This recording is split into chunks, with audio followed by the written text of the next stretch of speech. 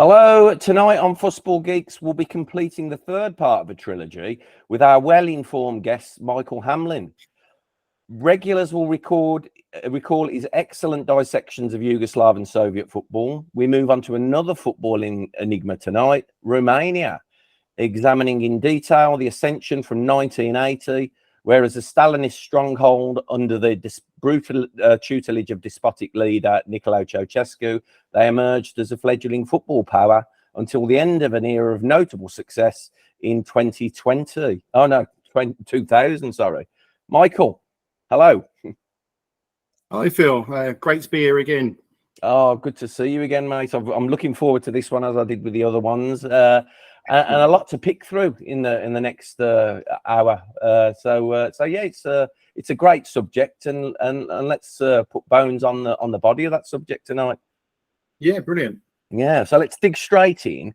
So firstly, can you discuss, tell the viewers what life looked like in 1980s Romania, and what kind of importance did sport and football especially play in this era? Well, I think first of all, it's probably worth saying that Romania, sort of at the beginning, the turn of the 1980s, was a country that was effectively just going to the wall almost. It was as you rightly said in the introduction, it was a country that was obviously brutally led by communist dictator Nicolae Ceausescu and his wife Elena, and it was a very, very repressive regime. And he took over in 1965. Started off trying to be a little bit sort of liberal, but that went backwards very, very quickly. And sort of economically, it was a disaster with failed projects that he had. And as I said, repression, which was severely sort of dealt with by the secret police, the curator. And they amassed massive debts to the West, and because of that, they had these massive sort of loans to repay. And on the back of that, they were literally had to export food, goods, to sort of service that debt, which basically meant that the population had nothing. And I'm sure you probably remember, Phil, and maybe others do, of scenes of orphanages on the news and stuff of children that have been abandoned. And that was pretty much all because of policies from Ceausescu with non-abortion, and people couldn't feed themselves. And it was on par with Albania. I think Albania was slightly worse because they were even more...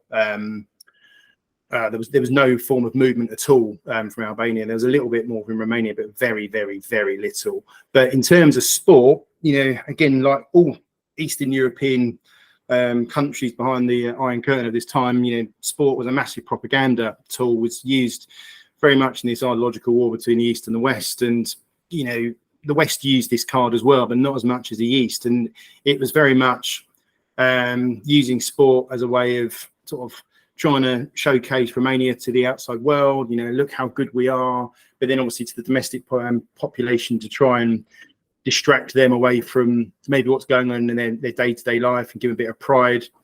And football comes into that, but it's probably more the Olympics where Romania becomes more of a sort of success story originally, which was, I'm sure most people can probably remember Nadia Comaneci with the perfect 10 out of 10 at the Montreal Olympics and the gymnasts. And that was very much trying to beat the Soviet Union because you had Olga Korbut, I think, in 72. So that was very much a, look at us, look at our training, what we can produce.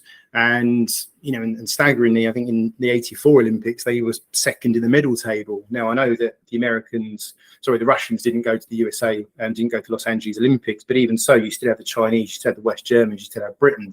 So to come second in the medal table for a small sort of country is unbelievable. Now, again, how much of that is dark arts, doping, and all those sort of accusations? Don't know. I'm not going to go into that. But again, it proved that from a coaching point of view and from a sports point of view, they were doing something right. Yeah, I mean, it was. I went to Romania shortly after communism fell, so it was about 3 years afterwards.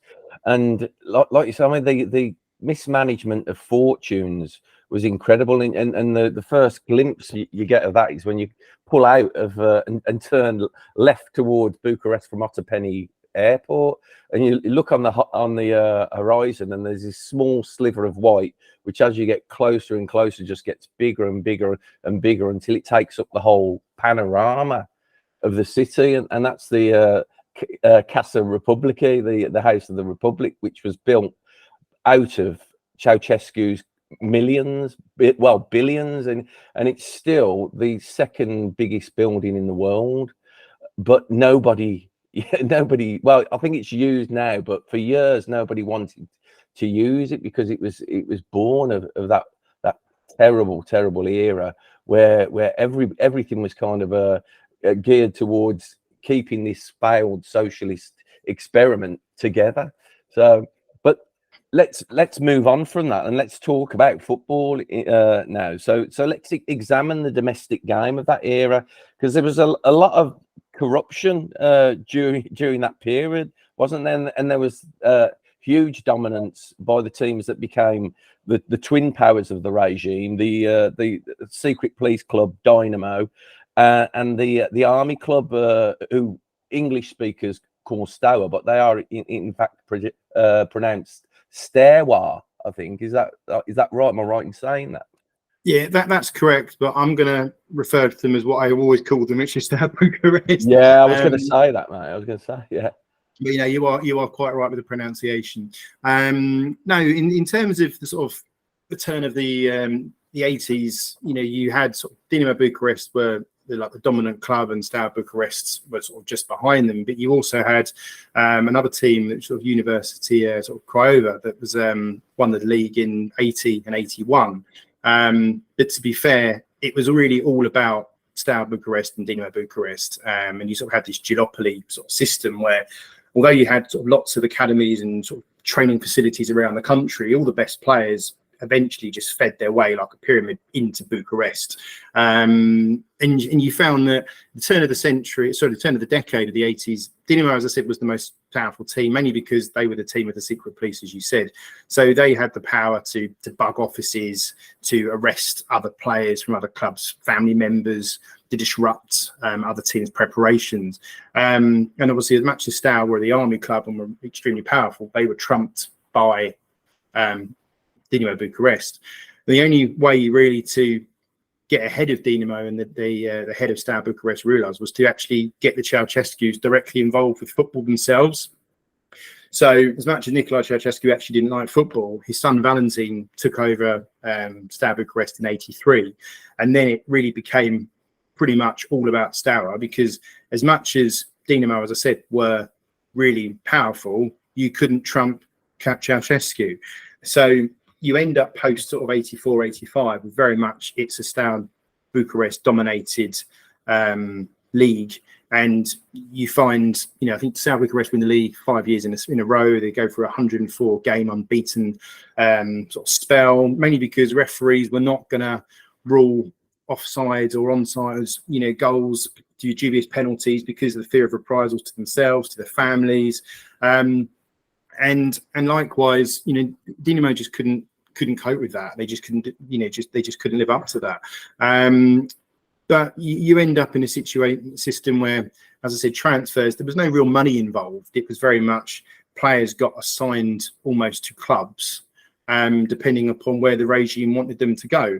And there was another sort of reason for this, again, was obviously when they then go to these top clubs, when they then play on the European stage, they've obviously not given the same rules or relaxed refereeing decisions, shall we say, when they go to other countries. So obviously having decent players obviously is going to give a much greater chance of success. Yeah, and I mean, paradoxically, you talk about the transfer system. It's very much like other kind of Eastern European countries where players were drafted from their home club to go and do national service with Steaua or Dynamo, and then at the end of their national service, they were just acquired by the club on the promise of like, oh, you can have an apartment in Bucharest if you become our player. So it was still kind of monetized, but not in a transfer fee kind of way. And paradoxically, out of that era of kind of dubious refereeing at home, there was something of a boom time in Europe for those clubs, wasn't there? They transposed that domestic dominance somehow onto the European game. Yeah, no, very much so. It's one of those really strange things, because they're playing in a league where there's no real competition. It's all pretty much sort of mapped out what's going to happen. So as I said, when you go and play in Europe, it's not like that. So, University Craiova actually got to, I think it was the European Cup quarter-final in 82, and I think they then got through to the semi-finals, I think of the Cup Winners' Cup in 83. Dinamo Bucharest got to the semi-finals of the European Cup in 84 and famously lost to Liverpool 3-1 in aggregate. But then, as I said, Steaua Bucharest then started winning the league every year, and of course they went into the European Cup in the 85-86 season, and they beat Barcelona on penalties in one of the worst European Cup finals you'd ever see in Seville. And Dukendam, the hero of Seville, as they call him, saved all 4 of Barcelona's penalties. It's one of those games where Barcelona should have won that. Again, they've got home advantage. They're in Seville. The whole ground was pretty much full of Barcelona fans. I think Romanian club only took 200 fans with them, heavily vetted to make sure they were loyal to the regime and they wouldn't disappear and they wouldn't defect. And I think a handful didn't go back.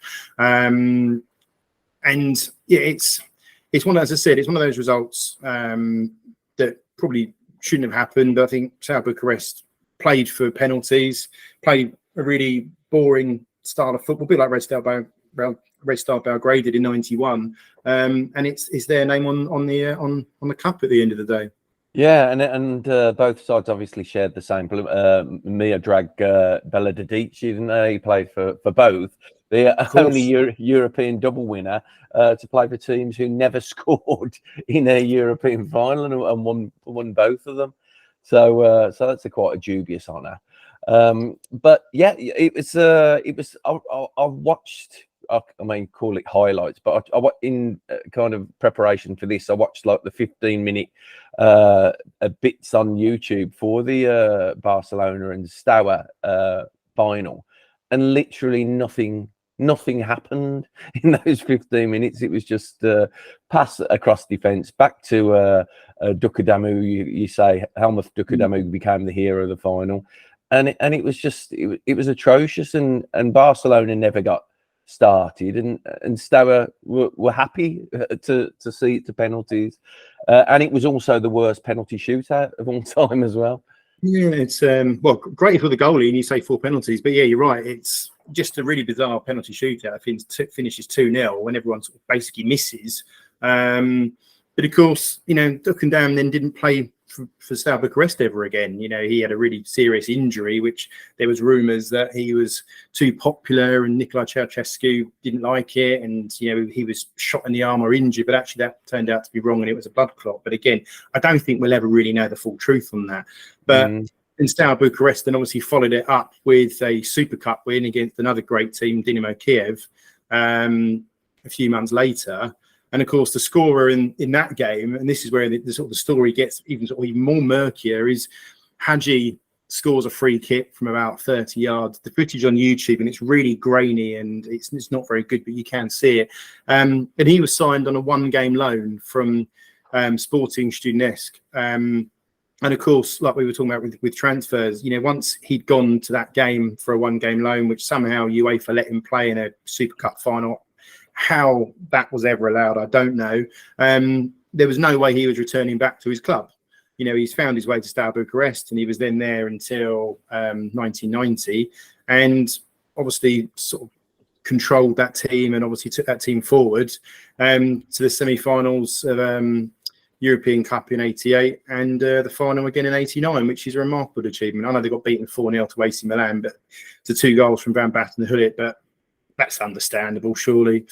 Yeah, mate. I mean, they were arguably a better team than the 86 team, because on the way to the final, if you see the teams they knocked out, they all became real kind of like hierarchy of international football, and they were good teams.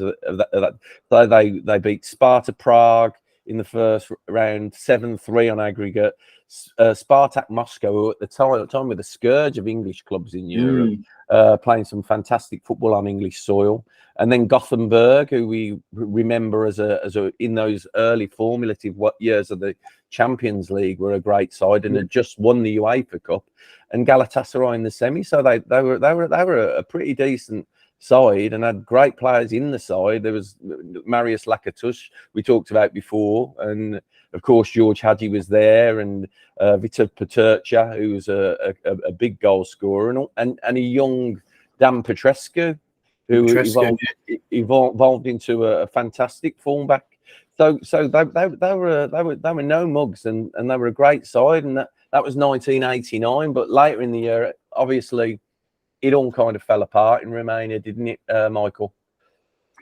Yes, 1989, when the winds had changed all through Eastern Europe, and it sort of started a bit of a domino effect. It sort of started at Poland and then worked its way with Hungary and Czechoslovakia, and then the Berlin Wall came down in November, and Romania were basically next. And Nicolae Ceausescu he was oblivious to what was going on in the other countries. I think he didn't think that it was going to come knocking on his door. And there was a sort of massive riot in Timișoara, I think north of the country, and then that sort of spread to Bucharest within a few days. And I think Ceausescu went onto the balcony of his palace to make a speech. And in those days, you had the crowd was organised, and it had to cheer at certain points, and it was orchestrated. And all of a sudden, people started catcalling and started shouting Timișoara, and he did not know what to do. He was he'd never had this, he'd never experienced this before. And again, you can find this on YouTube, and there's the scenes of him literally being taken off the balcony. The TV in Romania, they all got switched off because this was live on TV. All the TVs got switched off, and you see him escaping in a helicopter, him and his wife Elena, and they're escaping as the crowds are basically smashing into the palace in the Parliament building below. It's amazing to watch that. And then of course the helicopter lands. Why? The rumor is it was mechanical failure, but was it the army telling him the pilot to land because they knew where he was? But he was swiftly arrested, thrown trial, and executed on 25th December, Christmas Day, 1989, and that was the end of him. What you found is a lot of the people that took power were people from the party, but it was not the same Romania. Yes, they were poor. Yes, there were lots of issues that needed to be addressed and looked at, but it was not under the tyranny of the secret police and Ceausescu. Yeah, I mean, it's fun. I mean, the secret police and the inner party were incredibly close, not just in kind of in their connection, but like in geography, because I went to Bucharest, and the Securitate building is right next door to the balcony that Ceausescu made his final speech on. And it was absolutely riddled with bullets when I went there. It was, and no one had made any attempt to fill them in because they wanted there to be that memory of what had happened in 1989. And off the back of 1989, as you say, domestic football had it dipped, but there was a renaissance at kind of national team level, wasn't there? Yeah, so I think that renaissance sort of started a bit earlier in the decade, mainly because these players that were playing for Dinamo and Steaua then, went to the national team, and they went to Euro 84 but were eliminated in the group stage, and they were really close to going to Mexico 86 and Euro 88. And both times they had, I think if they won their last game or penultimate game, they would have gone, but they didn't, and they didn't go. But they went to Italia 90. They qualified ahead of Denmark. And again, this was a Denmark team that had ridden the crest of the wave in the 80s themselves and are now declining. And Romania went to the World Cup and were drawn in a really, really tough group. And I think we talked about this in the Soviet Union from the Soviet point of view. But, they were drawn with Argentina, the Soviet Union and the Cameroon. And you think you've got the world champions, the European championship runners-up, and Cameroon seen as sort of making up the numbers and expecting to be the easy team. And of course, after the first game, you discovered that's not the case. And Romania's sort of first games against the Soviet Union, I think, as we've just discussed before, and this was really a game that both teams had to win, really, because everyone knew Argentina were going to come back because they had to. And of course, Cameroon had got 2 points, no one expected to. And the Soviets, if they took the lead through Protasov and Zavarov, I think, or Olenikov, they had chances, but it was Lakatos that scored a really good goal that Desaev should have saved. It went in at the near post. And then, of course, the Soviets went for it. And then Romania got a penalty, which was 5 yards out the box. Kudetadin handballed it. And, the Soviets were beaten 2-0. And then, of course, they played Cameroon, and then they got done like the Argentinians did. But this time it was a 30-year-old Roger Miller coming off the bench, and sort of his first time he was sort of really known at Italia 90, and a little famous wiggle in the corner. And again, they're both really clever goals they were. And I think Ballant got the goal for Romania right at the end, but it was too little too late. But of course, they'd got that win in the first game, and then they only needed a draw against Argentina, really, and Argentina needed a draw to both go through. And that game's probably remembered more for Hadji and Maradona just kicking lumps out of each other. And again, that's another video you can find on YouTube, 2 minutes of two of the greatest number 10s of the era just kicking each other. And then it will be coming out the Ireland game, which of course is a really, really famous game if you're Irish. You know, a boring game in itself. But of course, Timofti misses the penalty. David O'Leary puts it in the net. Ireland goes mad, and a great success story for Ireland and Big Jack. Yeah, but I mean, it showed Romania as an emerging force, that tournament. They played neat football and good counter-attacking football. I think against the Irish, they didn't really know what to do because Ireland played this very agrarian style, and they didn't know whether to kind of sort of go at them or sit, or it was a hard system to play against, and ultimately it cost them, didn't it? Yeah, I think. Well, we'll talk more about counter-attacking style in later years, but yes, you're quite right. I think that style of football from sort of Ireland, kick it into the corners and then press them high up the pitch, and in some respects, it's quite revolutionary. You look at it now that lots of teams do press really high up the pitch, and Ireland were doing that 30 years ago. And I know that he was heavily criticised at the time, but you look at it now and you think, well, actually, some elements of what he was doing, I don't get so much and agree with, but some elements you think, well, actually, he was ahead of his time, definitely. And you're right, I don't think the Romanians knew quite what to do in that game. And as I say, it was Ireland, then it went on to play Italy and not Romania. But I think if one of the sort of big issues or sort of contentious issues with this one is how much the Romanians were actually, or the players were actually distracted by what was going on off the pitch at Italia 90. Yeah, possibly. I mean, because it did become a bit of a shop window for Romania's brightest stars, didn't it? The Italia 1990. So heads were probably turned in that squad. Exactly. I think that it's documented really well in Simon Hart's excellent World Emotion book, and if you listen to the Vintura podcast from a few years ago about Italia 90, there's an episode with Lupescu, and he talked about this. But it was very much, you're right, they're in the shop window, the hotel was open, people could come in off the streets almost and talk to these players, and you were having managers and coaches and agents coming in from other clubs all over Europe and throwing bits of paper in front of these players and offering them contracts. And these contracts, they look like telephone numbers, in terms of what the amount of money that was on the table compared to what they're paid as amateurs in Romania. And I think Radicchio was offered to go to Anderlecht, and he said yes, and then he said no, and then he ended up going to Bari. Popescu himself went to Bayer Leverkusen. I think Popescu went to PSV, and I know we go to Tottenham later, but Lakatos went to Fiorentina. And of course, the big one, Hadji, ended up going to Real Madrid, which didn't end up in it wasn't a brilliant move in the end, but those players all had varying degrees of success. Radicchio seemed to change club every year, and even my club Brighton, I've got to get this in there, Phil, I'm afraid to say that Stefan Iodine, the captain of the '86 team, Sarah Bucharest, he joined my team Brighton for a few months at the end of the 1990-91 season. I don't think he actually went to the World Cup, but it was very much, these players are now available. They're cheap. Let's be honest, they were cheap to buy because these clubs needed money, and it was that's the same again all over Eastern Europe, wasn't it? If you look at the Russian players and the Ukrainian players and Polish players and all these players that were then picked up. You look at Skarabi, for argument's sake, from Czechoslovakia going to Genoa. They were really, really good players at great World Cups, and they were cheap and available. So yeah, it really was in the shop window and a great opportunity for these players. Yeah, and this European experience that they gathered really steeled them for the next World Cup, didn't it, in '94, where they put on some pretty iconic performances in America. Oh, I think the USA '94 is probably the one that everyone remembers most about Romania. Probably, I think, because of what happens against Argentina. But I think they the first game against Colombia, they're drawn in a group with Colombia, USA, and Switzerland. And I think I wrote it when I wrote the article on this, that I think Colombia were expected to win the group, and it was then everyone else was then vying for second place and as a third best, runner up almost.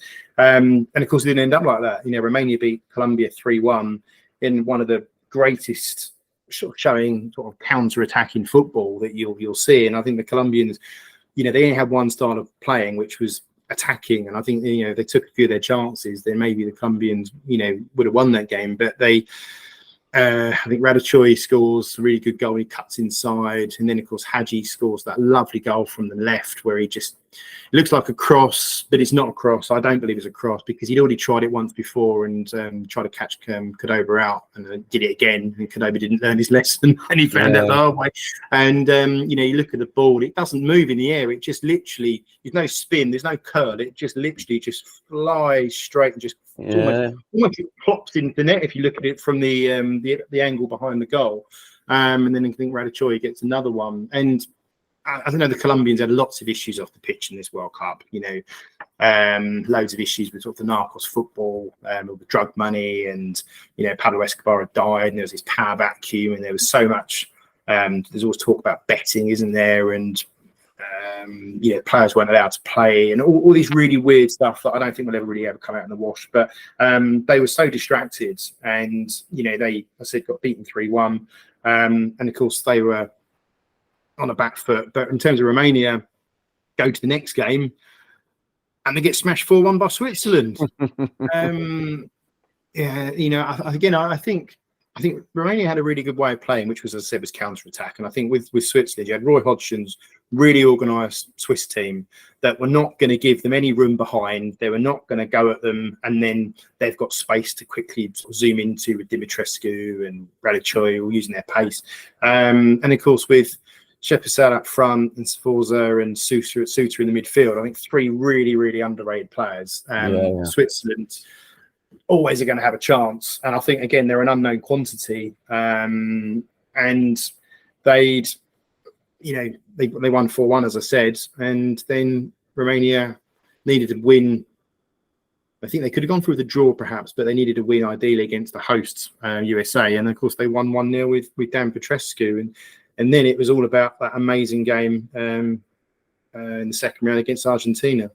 Yeah, I mean, it was odd because they won against America and they won that group, but the game that they qualified for it didn't seem like a fitting reward for winning a group, did it? No, not a brilliant prize, is it? No. Argentina were topping their group until the last game, and they lost to Bulgaria 2-0, which put them in third place. So the winners played third place, but what a game! Oh, brilliant game! I think one of the greatest games of the World Cup, full stop. Not just this World Cup. I think World Cup history is a fantastic game, and I think this is the game that most people remember Romania for. And you look at the Argentinian team. I know Maradona had obviously failed the drugs test against Nigeria. He'd gone home, kicked out the tournament. But if you look at that Argentinian team, this wasn't a one-man team like the previous couple of World Cups. You've got Redondo, you've got Simeone, you've got Batistuta up front. I think Caniggia's still knocking around. You've got Almeida, and of course you've got the new Maradona at the time, which was Ariel Ortega. So a really good team. I think if anywhere they had a weakness was in defence and the goalkeeper, and of course that's where they get found out in this game. And Romania again played. I think Argentina played into the Romanians' hands because Argentina were always going to attack.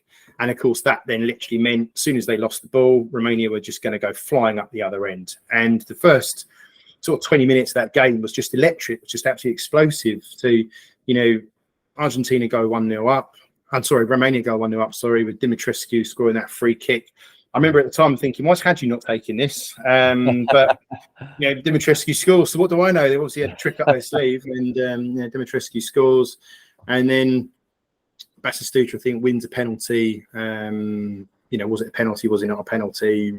And he converts that. And then, of course, a couple of minutes later, there's that lovely goal where Dimitrescu and Hadji literally play a 1-2, 1-2, 1-2, 1-2. Hadji puts it through a gap that isn't a gap. I don't know how he does that. And then Dimitrescu literally just pushes it. He doesn't even have to put any power. He just literally pushes it past the keeper. 2-1. And, you know, it's only like 18 minutes old, this game. And then, of course, I think the winning goal, again, is a real counter-attacking football at its best. You know, I think Argentina have a corner. It's headed clear. They pick the ball up. Dimitrescu just runs and runs and runs, and then he almost does a little bit what Pele does in 1970, where he just stops, and Hadji just glides down the right-hand side. Yeah, he's the right-hand side. Yeah, right-hand side. And instead of doing what Alberto does, where he takes the net off, he just literally just passes it past the goalie almost into the near post. Makes it 3-1. Absolutely fantastic goal. And I know Abel gets one back, but it's there 50 minutes left, but Argentina can't score. And of course, they're into the quarter final. And yeah, what a game! What a game! It was arguably between the two best footballing teams in the tournament, because the tournament itself, although you know you had Brazil and Italy in the final, they were both pretty functional teams, weren't they? They with one or two. I mean, Brazil had Romario, and Italy had Baggio, but it was a Romania and an Argentina team that were replete with fantastic talent, and they could, when watching that, they could have, maybe should have won that tournament. People wouldn't realise now how close they were to getting to the semi-final, and from there against the functional Brazil after beating Argentina, anything could have happened, couldn't it?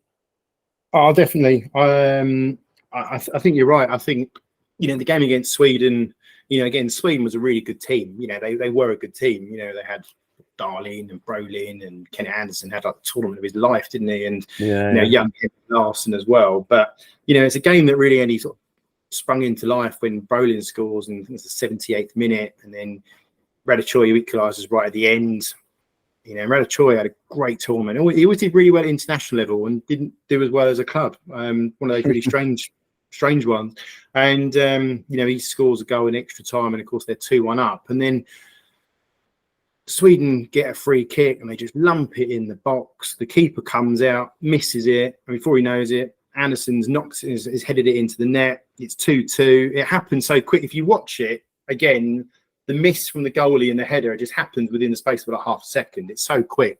And then of course it goes to penalties, and yeah, they lose another penalty shootout. And I think, you know, if you look at who they would have played in the next round, like you just said with Brazil, you know, if Brazil played, okay, to be fair, Brazil were a bit more of a functional European team, weren't they? It was exciting. But if they did go on the attack, I think Romania were there to pick them off like they did against Argentina. But never happened. No. Whereas the Swedes were quite attritional, and it opened the doors for Brazil, really, didn't it? So we'll move on from there. It was a fantastic World Cup '94, and Romania played a huge part in it. But then we move on to the Euros 1996 in England, where they were again drawn in a horrible group. So talk us through what happened there, mate. You tell the story. No, you're right. They were drawn in a horrible group. You know, they qualified ahead of France in qualification, but you know, this is the first Euros that went up to 16 teams, and I think there was a few teams in there that you probably would have wanted in your group, and unfortunately, Romania didn't get in their group, so they get France, which I know France didn't go to USA '94, but they were building for their home World Cup 2 years later. They had this is when like Zidane starts appearing, and Dugarry and Djorkaeff and all these players start coming through. You know, they've had Bulgaria, and again, Bulgaria had a fantastic World Cup themselves. You know, heavily reliant upon Stoichkov, but again, you still had the Lechkovs and the Balakovs and the Ivanovs. You still had other decent cast members around him, and then you got Spain. And again, Spain, I know Spain, one of those teams always flattered to deceive almost in back in the day. But again, they always had quality players. You know, any players that are playing for Barcelona, Real Madrid, who are Spanish in the team, are always going to be at a decent level internationally. So, yeah, again, they were not dealt any favours in terms of the group they were playing in, and they lost to France 1-0. And Dugarry lost to Bulgaria, Stoichkov, and he scores a great goal, and he literally sort of gets the ball, I think, just inside the Romanian half, and just runs and runs and runs, and then just lashes it past the goalie. Yeah. Great goal. And then they lose to Spain 2-1 in the last game, and yeah, they're out. Played 3, lost 3. Didn't go to plan. You know, this is a tournament where, you know, Adrian Illy appears. They've got Filipescu, but you know, still had the nucleus of the tournament before. So you still had the Dimitrescu's, you know, the Radichoi's, the Hagis, and all that, but it just didn't click for them. Yeah, I mean, I think they would be set with a bit of bad luck in that tournament as well, because there was nothing really wrong with the performances. Maybe lacking a little bit of cutting edge, but that aside, they still looked a pretty decent side, and lost narrowly by 1 goal margins in all the 3 group games. Yeah. The one, especially against Bulgaria, there was a shot that hit the underside of the bar and crossed the line by yards, and I forgot that. Yeah, and so that kind of shaped their tournament really. But moving forward, they, as you say, they kept the nucleus of a really good side, and then they arrived in France 1998.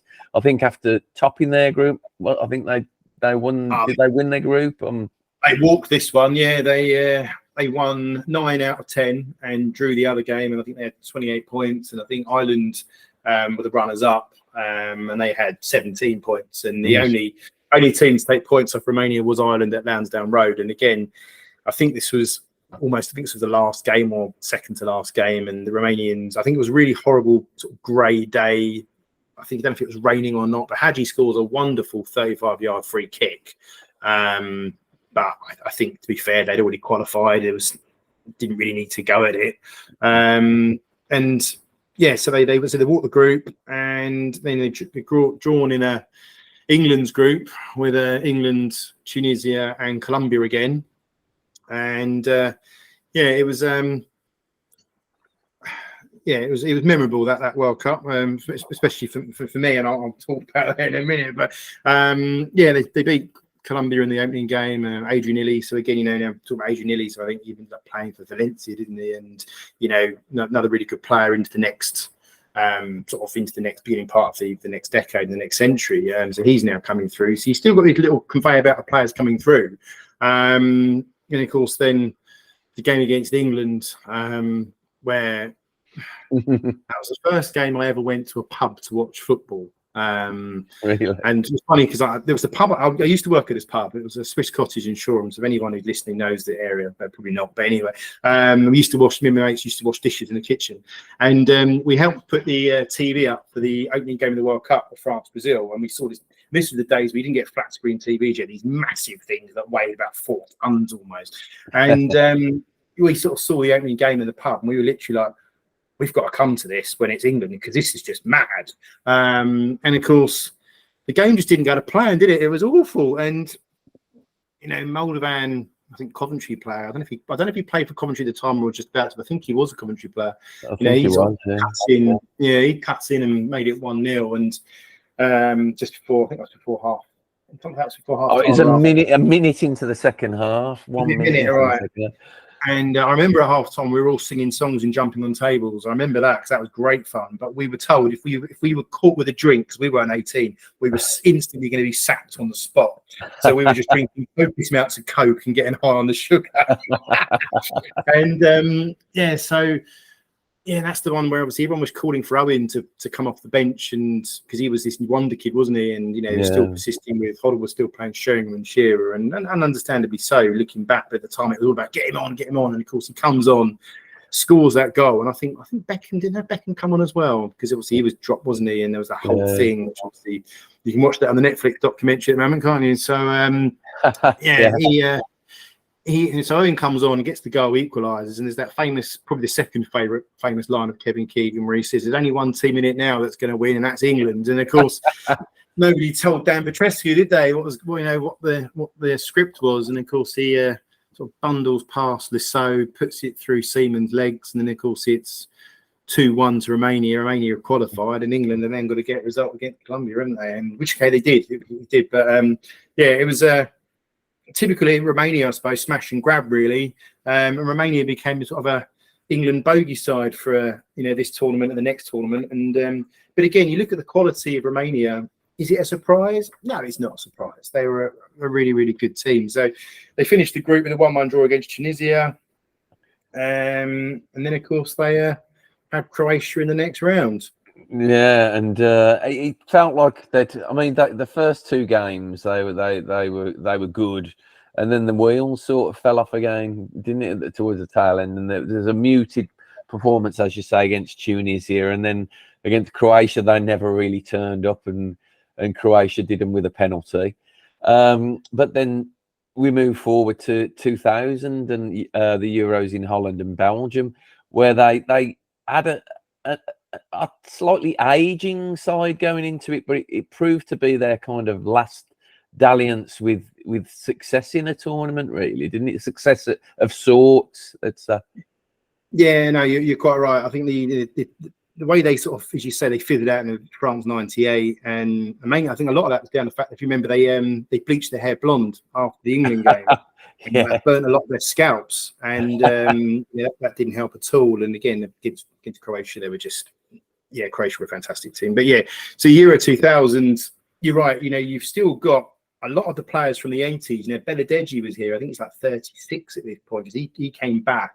Haji's 35, 36 as well, and sort of Dan Petrescu, I think he's about 32, 33. But they were again drawn in a really tough group. They were drawn with Germany, when I know Germany at that time were dipping, weren't they? They sort of had their peak in the mid-90s. They were dipping and going through a transition. Portugal, which again, one of those teams that frustrate the life out of me at this time, because they had so much quality, so much. They won the sort of Youth Cup, didn't they, in '89 and '91, and they had Rui Costa, and they had Pinto, and they had Figo, of course, and they had all these great players, and they had this real habit of not qualifying for tournaments, and then when they did get to a tournament, they normally didn't deliver. But unfortunately, against England, they did. But that's another story. That's another bad night at the pub. That was. We're not talking about that one. And of course, they were drawn against England, so they drew with Germany 1-1. They lost to Portugal, and of course, they needed to beat England in the last game. And England, they'd lost to Portugal 2-0 up, lost 3-2, but they'd beaten Germany for the first time in, like, it seemed like, I think it was 1966 when they beat Germany in the tournament. Alan Shearer, and we needed a draw and Romania needed a win, and I think Romania then needed a favour. I think they needed Portugal to beat Germany for them to go through. So the odds were stacked against Romania, but Romania came out of the blocks in that game, and this was the one where Nigel Martin replaced Seaman in the warm-up because he'd done his finger or his hand, I think. And, Nigel Martin was a fantastic goalie, but it's not ideal preparation in the last few minutes being told you're playing, son. He that cross from Christian Shavu, I think, come across, hit the post and is in the net. I think it just was one of the things that's like, how's that gone in? And, but then we got a penalty. Ince got fouled. Shearer scored his last international goal for England, and then Owen scored that really sort of rubbish goal where he sort of rounded the keeper from a chip pass, really acute angle. And then of course England are 2-1 up going into the second half, and they were rubbish. It shouldn't have been 2-1 up. But if you're an England fan, you know what's coming. You can read the script. You know what's happening. And sure enough, Romania equalised just straight after into the second half. Where I think there's a lumped ball. It was headed out, and then it got smashed back, and Martin couldn't get it. Moutinho, I think. And then, of course, Phil Neville at the last minute, and I still struggle to talk about this. Phil still struggle, and So as soon as Moldovan had the ball, you just knew what was going to happen. You knew he was going to dive in, and of course he did exactly that. Dived in, gave away the penalty, duly dispatched, and England are out, but Romania went through. And of course, they're up against Italy in the quarterfinal. And, you look at that Italian team and you're talking star-stacked names. You're looking at Totti, Del Piero, Inzaghi. I think you had Montero as well. I used to really like him, actually. Maldini, Nesta, Albertini. I could be talking for the next 10 minutes going through these Italian names. And, of course, Hadji gets sent off. Get 2 big defences, and of course he walks off. And it's a bit like Zidane, it's his last ever international, sent off. He goes off. That's the end of Romania's hopes. And as you quite rightly said, that was the end of Romania. They're an aging team. I know Mutu came in, Adrian Mutu came into this tournament. As I said, Christian Shebu came in. But that group of players that were Italia 90, USA 94, it was just one tournament too far, really. And they did really well to get to the quarterfinal, to be honest. But it was a sad end. It's one of those questions: did they achieve as much, or did they overachieve? Did they underachieve? I don't know. I don't know what you think, but it's one of those questions. I just think for a country of that size with that history, they definitely overachieved, and the quality of players that came through in that period, it leaves a difficult legacy for the present Romanian national side, doesn't it? Where do you find that kind of talent now? Is it something that was product of the communist era, or is it something that they can source in the future? It's a really good question. I think ultimately there's no reason why you can't have another generation of players come through. I think it happened once, you can happen again. But it's strange if you look at Eastern European countries. You look at Hungary in the 50s. They haven't had that generation since. You look at Yugoslavia. Yugoslavia always seemed to have a decent group of players. But you look at the group they had in the 1990s. I think that was, again, I know we talked about that. A fantastic team. You look at Bulgaria. Again, they had a fantastic group of players. But they all seem to have one talisman. If you look at Hadji, you look at Stoichkov, and if you look at Hungary, you're looking at sort of Puskás and players like that. And there's no reason why you can't have another one of these players that appear who's like a superstar almost. But it's really interesting players like Hadji, especially with Hadji, actually, because when he went to Real Madrid, didn't really do it.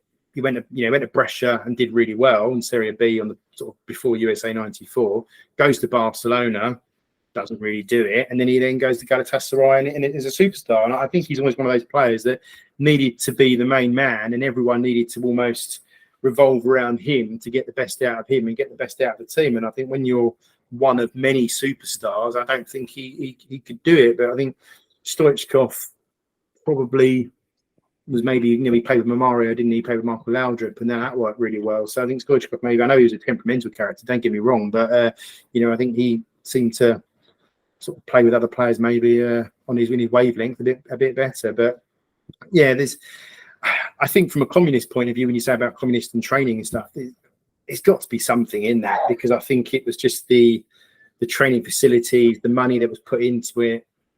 I think that's the result. I think now it's all, you're waiting on clubs almost to invest money, and of course, if there's no money to invest, it doesn't happen. Yeah. It's mate, this brings us to the closure of our trilogy. We've covered Yugoslavia, we've covered the USSR, and that's Romania in the bag. But mate, thank you for being a guest again, a wonderful guest. And we'll have to do something in the future. We'll have to think of something else to talk about now. Yes, no, we'll have to do some writing. We'll do something. We'll come up with another plan. We'll do something. So, pleasure for that. Pleasure to speak to you as always, Michael. And we'll see. And all the best. You got any projects in the pipeline in the near future? No, not at the moment. I haven't. The stuff I say that the stuff I always want to do, but it's time trying to fit in around work and all that boring stuff that gets in the way of doing what you really want to do. Of course. I just can't wait till retirement comes for me. Exactly. Wishing my life away. That's awful. Yeah. But anyway, guys, thank you for listening in tonight. And thank you for being a wonderful guest, Michael. And we'll see you next time for more football chat on Football Geeks. Good night. Thank you. Cheers.